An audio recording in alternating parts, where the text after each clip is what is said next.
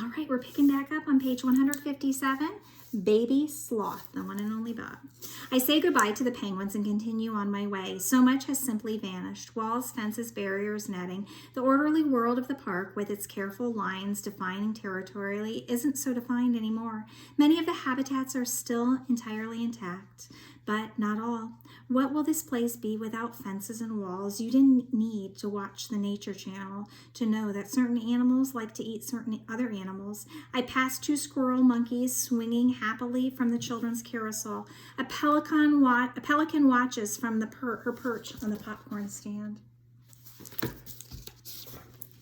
I see a camel and a zebra together, looking stunned to be standing side by side. I notice a red lemur, Merlin, on a picnic table. Lemur eyes are always big, if you ask me, but Merlin's eyes look like they're about ready to pop right out of his head. I make my way through splintered wood and glass shards and approach the gift shop. It's roofless. Stuffed toy animals are scattered here and there like they tried to make a big break for it. An I Love Koalas t-shirt dangles from a tree branch. Around a corner, I see a baby sloth, Sylvia, I think her name is. She's resting on a muddy plush giraffe, like a stuffed giraffe. Get it from the gift shop? Hey there, I say. She makes a tiny noise, a sloth cry. I guess it is. Let's find your mom and dad. I'm not a fan for hugging and licking and such, but I give her a little nudge with my nose. Sylvia somehow manages to grab the giraffe, then looks up at me like she expects to hitch a ride. How the heck do you pick up a baby sloth? It's not exactly part of my job description, and sloths are so, slothy. Carefully, I pick her up by her scruff, the way you do with a puppy. She puts that silly toy in her mouth, and off we go. Look how precious. Takes a few minutes, but I find her mom, Selma. I deposit Sylvia on a patch of wet grass. How can I thank you, Selma cries. No biggie, I say, and I head off with fear in my belly and the odd taste of sloth fur in my mouth. Make no sudden moves. I've ridden around the grounds of the park in Julie's backpack enough to know every inch of this place. I've even chatted with many of the residents, but now everything is topsy-turvy. I keep finding myself in places I don't want to be, like the wolf exhibit. Near the entrance, a sign lies crushed on the ground. It has a picture of a gray wolf with an arrow pointing one way and another arrow with an emperor penguin on it. To my right, I see a piece of hay stuck deep in a tree trunk like a pencil in a cupcake. To my left, water gushes from a pathside ditch, a broken pipe. The boiling sky has settled into a solid blanket of gray, and the rain's quieted to a steady drizzle. Still, I smell more bad weather menacing to the distance. Tossed into the blush is a large informational display with a photo of 2 gray wolves. I don't see any fence or barrier or intact wall. And it dawns on me that grumpy wolves and tiny dogs might not make the best of pals, especially under these trying circumstances. Just as I start to leave, a wolf on the sign seems to blink. Oh, he isn't part of the sign. He's next to the sign. It's Kimyu. Hey, I say. No answer. Something tells me I should hightail it out of here. Something else says, make no sudden moves. I hate it when my brain disagrees with itself. I split the difference, crouching meekly, doing the whole submissive dog thing. Kimyu locks his gaze on me. I try not to make direct eye contact. A lot of animals find that threatening, but his eyes are mesmerizing, glowing amber and way too smart. He moves again. 2 paws appear. Big paws, nothing like my feeble, shrimpy feet. These paws are the size of hamburger buns with lethal claws attached. Mutt versus wolf. Oh my gosh, make a connection. Who would win? I wait for him to launch into his pounce. Maybe if I time my escape just right. Yeah, sure. I'm in a battle of Chihuahua mutt versus wolf. Even I want bet on the dog. Do they break your neck before they eat you? That only seems fair. My heart's doing this crazy tap dance in my chest, and I wonder if he can hear it. I sneak a peek up at him. Strangely, he just keeps staring at me. Quickly, I avert my gaze. Those eyes, those chilling, dangerous eyes. It's me, Bob, I say. Kimyu says nothing. He's panting hard. Maybe he's disoriented, even hurt. I try to speak again. My voice seems to be hiding somewhere deep in my throat. Another try. Kimyu? He blinks. Are you all right? No response. Anyone else hurt? I ask. This time, he seems to hear me. I don't know. His low voice in a low whisper. Can I help? I ask, really hoping the answer is no. Suzu. I can't find her. All right then, I say, I'll take a look. I poke around a bit, careful not to get too close to Kim Yu. A sour smell pours off him like sweat off a human. I don't see her, I say after a few minutes, but I'm sure she's fine. Just a little shook up probably, hiding somewhere. He doesn't answer.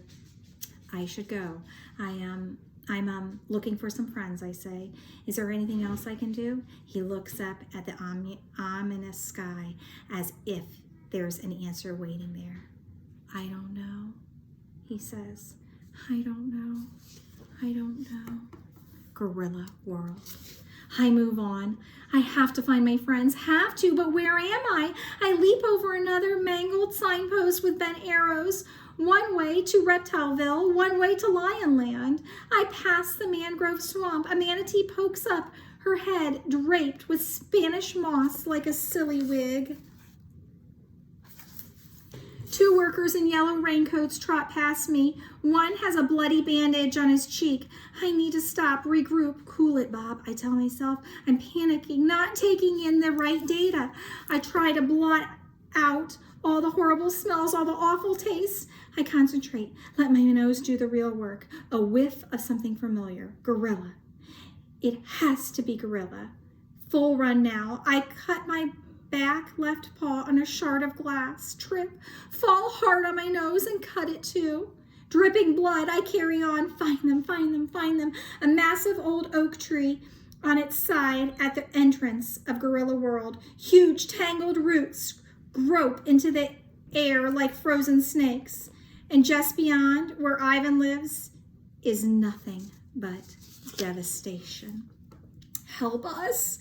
The stone wall separating Gorilla World and Elephant Odyssey is gone. Pieces of both domains mingle. An elephant toy here, a gorilla nest there, part of the indoor gorilla space has crumbled to the ground. I scan the area where Ruby and her herd like to hang out. Nothing, no gorillas either. Out of nowhere, the rain picks up, coming sideways, blinding me. The wind howls like a hurt dog. This storm isn't over, not by a long shot. I leap over a pile of cement blocks, catch my hurt foot on something sharp, yelp, keep going. Ivan, I call. Ruby, nothing.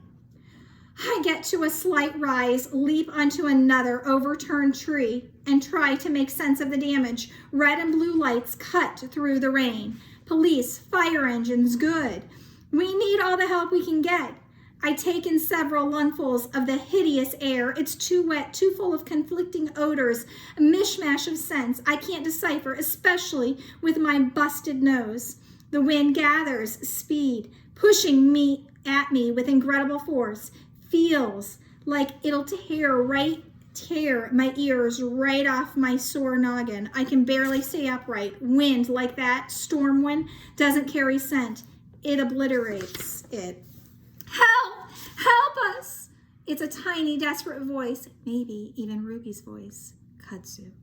I picked my way through the debris, trying to lock on the sound. It ain't easy. Please help us, climbing over the remains of the wall. The one I was sitting on, what seems like months ago, I find myself at the bank of the moat. Ruby! I call at the top of my lungs. Uncle Bob! The sound of my name cuts through the gloom like a shaft of sun. Ruby runs to the opposite edge of the water. She's maybe 8 feet away, but I can barely make her out in the torrential rain. You stay there, I yell, trying to be heard over the wind. I'll come to you. I follow the bank until I come to a spot where several chunks of wall have tumbled into the water. 3 careful leaps and I'm across. Ruby runs to greet me. She wraps her mud-coated trunk around my neck, and boy, oh boy, am I happy to see that sweet little elephant. You hurt, Ruby? I ask. Is everyone all right? Ruby sniffles. Yes, but come quick. She dashes off before I can ask anything more. 5 of Ruby's aunts stand by the elephant side of the moat. Each one has her trunk plunged deep in the dark, muddy water. They look like a bunch of kids trying to find a lost toy in the swimming pool. It's almost funny until I see what they're reaching for. A baby gorilla is in the moat. The tiny gal keeps grabbing for a trunk to hold on to, then slipping free. Her terrified screeches fill the air. It's kudzu, Ivan's favorite.